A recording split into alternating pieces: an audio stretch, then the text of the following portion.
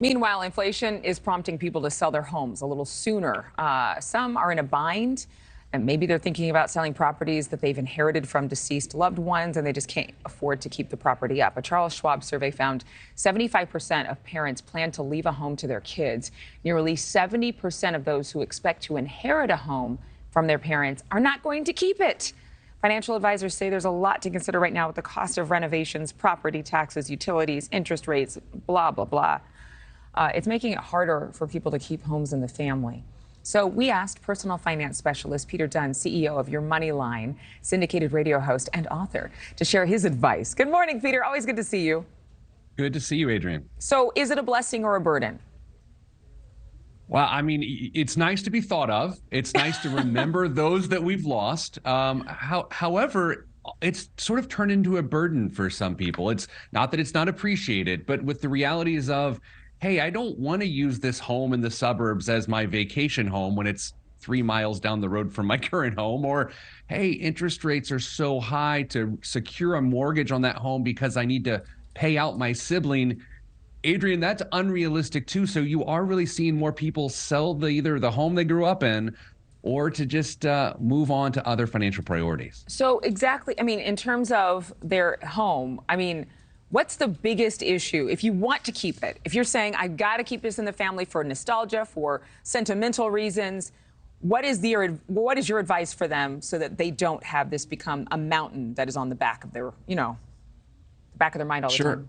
Yeah, I mean, understanding property taxes is probably the first step. If it's a place worth keeping, with all due respect, and it is appealing, then it's quite possible that you're not in tune of what those property taxes could be. So that'd be one factor. Now, Adrienne, the other factor is just life. It's if you have a sibling that is also involved, and this is the same sibling. Enough said, Peter. Yeah. Okay, thank you for joining us. No, go ahead.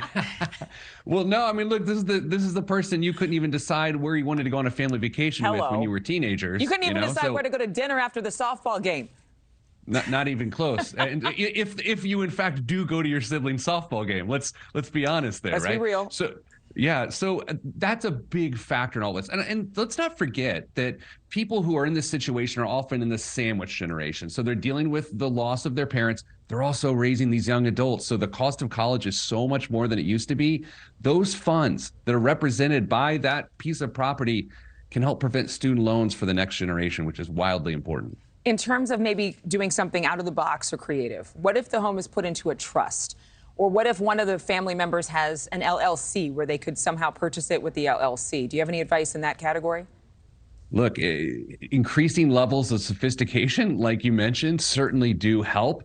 I've seen some people turn to the Airbnb market to just have a way to stem the tide financially until they're able to come to a decision as a family. But as it always goes, the more early planning you can do for these situations, and by the way, this is not if, this is when.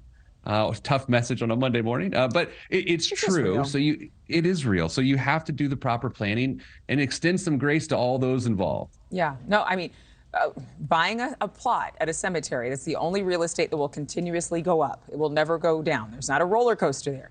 And I think a lot of people need to be, setting aside time to work on a will and make sure that that happens so that it's not as messy. One more quick question for you, Peter. How much would you recommend spending and investing in renovations for the family home? Do you kind of just let it, I mean, obviously if it's an emergency like a busted pipe, that's one thing. But in terms of keeping it up, what's wise? Look, renovation costs are as high as they've been in a while as well. So that's going to be another big investment. I would talk to a real estate expert. I would get a couple estimates on those repairs, but it can be a project. We've all seen the movie The Money Pit, right? So we know how that can go. But it's not a terrible idea if you have the time and the budget. All right. Personal finance specialist Peter Dunn. Always good to see you. Hey, where can people find your podcast? Wherever you find podcasts, the Pete the Planner Show. So wherever you get yours, get ours. Pete the Planner, pickled peppers. I just love hearing you say it. Pete the Planner. You're never going to forget now. So cute and great advice, always. Thank you. Thanks, Ed. Thank you for watching. Go to newsnationnow.com to find NewsNation on your television provider. And don't forget to click the red subscribe button below to get more of NewsNation's fact-driven, unbiased coverage.